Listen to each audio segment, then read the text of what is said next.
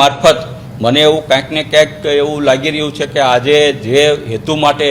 મેં આમ આદમી party join કરી હતી, અલગ અલગ પદ માટે સંગઠનમાં મેં કામ કર્યું હતું, એમાં મને કંઈક ને કંઈક ક્ષતિ જણાઈ રહી છે। એટલે આજે મીડિયાના મારફત હું હાલ અત્યારે મારી પાસે વિધાનસભાના આમ આદમી પાર્ટીના દંડક તરીકેની એક જવાબદારી ચાલુ છે, એમાંથી હું રાજીનામું આપું છું। હાલ અત્યારે રાષ્ટ્રીય જોઈન્ટ સેક્રેટરીની મારી પાસે અત્યારે જવાબદારી છે, એમાંથી પણ હું રાજીનામું આપું છું। મારા શીર્ષ નેતૃત્વ માનનીય અરવિંદ કેજરીવાલને મેં આ રાજીનામું એમના પર્સનલ વોટ્સઅપ કરી અને મેં મોકલી દીધું છે અને વિનંતી કરી છે કે પાર્ટી મને દરેક પદ ઉપરથી જવાબદારી મુક્ત કરે અને મારી જગ્યાએ સારા કોઈ વ્યક્તિ જે સંગઠનનું કામ કરી શકે, જે